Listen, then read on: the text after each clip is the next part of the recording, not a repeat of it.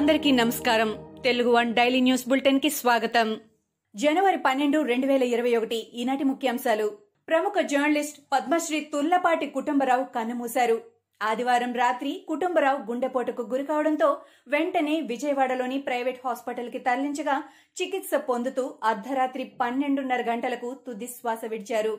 1933 August 10న జన్మించిన తుర్లపాటి 14 ఏళ్ల వయసులో జర్నలిజంలోకి అడుగుపెట్టారు. జాతీయ, అంతర్జాతీయ అవార్డులు పొందారు. ఉమ్మడి ఆంధ్రప్రదేశ్ మొదటి ముఖ్యమంత్రి టంగుటూరి ప్రకాశంకు సెక్రటరీగా పనిచేశారు. ఇప్పటికే దేశంలోని 7 రాష్ట్రాల్లో బర్డ్ ఫ్లూ విస్తరించినట్టుగా కేంద్రం నిర్ధారించింది. కేరళ, మధ్యప్రదేశ్, గుజరాత్, హర్యానా, హిమాచల్ ప్రదేశ్, ఉత్తరప్రదేశ్, రాజస్థాన్లలో ఈ ఫ్లూ వెలుగు చూసిన విషయం తెలిసిందే. బర్డ్ ఫ్లూ నేపథ్యంలో అప్రమత్తమైన కేంద్ర ప్రభుత్వం మిగతా రాష్ట్రాల్లో కూడా పరీక్షలు నిర్వహిస్తోంది.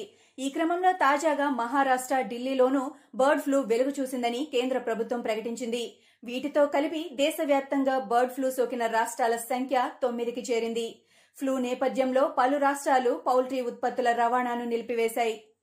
తెలుగు రాష్ట్రాల్లో సంచలనం సృష్టించిన బోయిన్పల్లి కిడ్నాప్ కేసులో ఏపీ మాజీ మంత్రి భూమా అఖిలప్రియను పోలీస్ కస్టడీకి అనుమతిచ్చింది సికింద్రాబాద్ కోర్టు.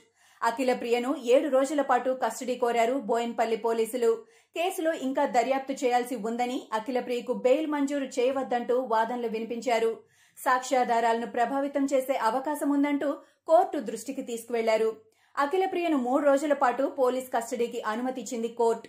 చెంచల్గూడ జైలు అధికారులు అఖిలప్రియ మెడికల్ రిపోర్టును కోర్టుకు సమర్పించారు. మెడికల్ రిపోర్ట్ ఆధారంగా బెయిల్ నిరాకరించిన కోర్టు ఈ నెల 13వ తేదీ సాయంత్రం వరకు పోలీస్ కస్టడీకి అనుమతిచ్చింది.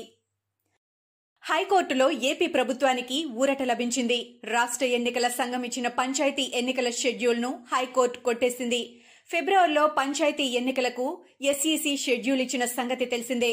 ఎన్నికల సంఘం తీసుకున్న ఈ నిర్ణయంపై జగన్ సర్కార్ హైకోర్టును ఆశ్రయించింది.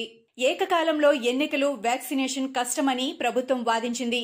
వ్యాక్సినేషన్ కు ఎన్నికల ప్రక్రియ అడ్డొస్తుందని హైకోర్టు భావించింది. ప్రజారోగ్యం ఇబ్బందుల్లో పడుతుందని, అందువల్లే ఎన్నికల షెడ్యూల్ను సస్పెండ్ చేస్తున్నామని హైకోర్టు స్పష్టం చేసింది. హైకోర్టు తాజా నిర్ణయంతో ఇప్పట్లో ఏపీలో స్థానిక సంస్థల ఎన్నికలు లేనట్టేనని స్పష్టమైంది. ఏపీ శాసన మండలిలో ఖాళీ అయిన స్థానానికి అధికార వైసీపీ అభ్యర్థిని ఖరారు చేసింది. మాజీ ఎమ్మెల్సీ పోతుల సునీతను అభ్యర్థిగా ముఖ్యమంత్రి వైఎస్ జగన్ ప్రకటించారు. సీఎం వైఎస్ జగన్ చేతుల మీదుగా ఆమె బీఫామ్ అందుకున్నారు. తన అభ్యర్థిత్వాన్ని ఖరారు చేసినందుకు సోమవారం సీఎంను మర్యాదపూర్వకంగా కలిసి కృతజ్ఞతలు తెలియజేశారు.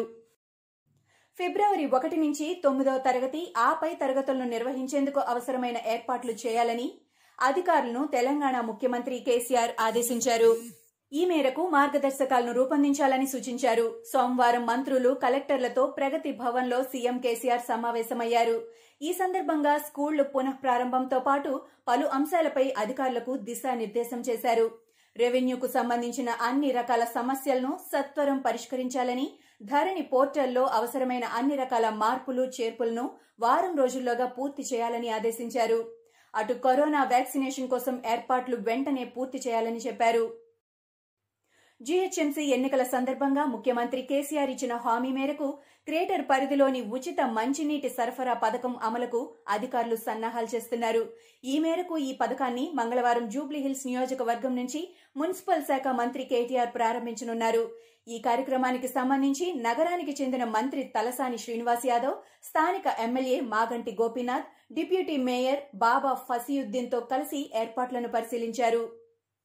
స్వతంత్ర భారత చరిత్రలో మొట్టమొదటిసారి కేంద్ర బడ్జెట్ కాగితంపై ముద్రించకుండా పేపర్లెస్ మోడ్లో ప్రజెంట్ చేయబోతోంది మోడీ నేతృత్వంలోని ఎన్డీఏ ప్రభుత్వం.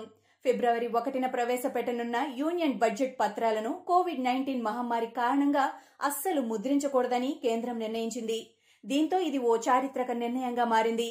దీంతో యూనియన్ బడ్జెట్ 2021 సాఫ్ట్ కాపీలు మాత్రమే ప్రజాప్రతినిధులు, అధికారులు, మీడియాకు అందనున్నాయి.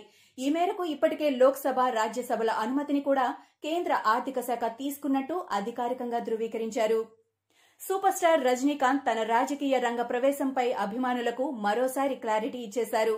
తాను రాజకీయాల్లోకి రానని, తనను ఇబ్బంది పెట్టకండి అని రజనీకాంత్ కోరారు. తన నిర్ణయాన్ని తాను ఇదివరకే వివరించానని చెప్పిన తలైవా దయచేసి ఇంకెవ్వరూ తనను రాజకీయాల్లోకి రమ్మని ఆహ్వానించి ఇబ్బంది పెట్టవద్దంటూ స్పష్టం చేశారు. రజనీకాంత్ తన విజ్ఞప్తిని లేఖ రూపంలో ట్విట్టర్ ద్వారా సోమవారం విడుదల చేశారు. తెలంగాణలో గత 24 గంటల్లో కొత్తగా 224 కరోనా కేసులు నమోదయ్యాయి.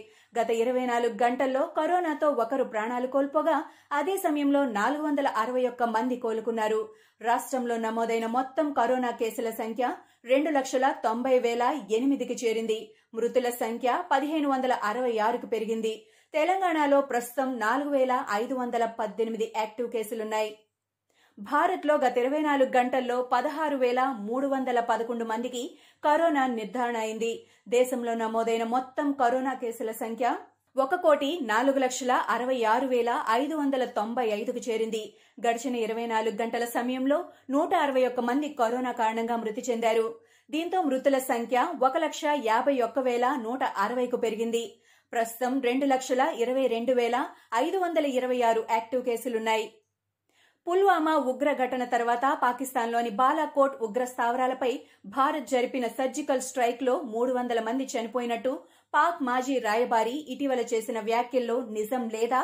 అసలు ఆయన లాంటి వ్యాఖ్యలు చేయలేదా? అవుననే అంటోంది fact check website Alt news.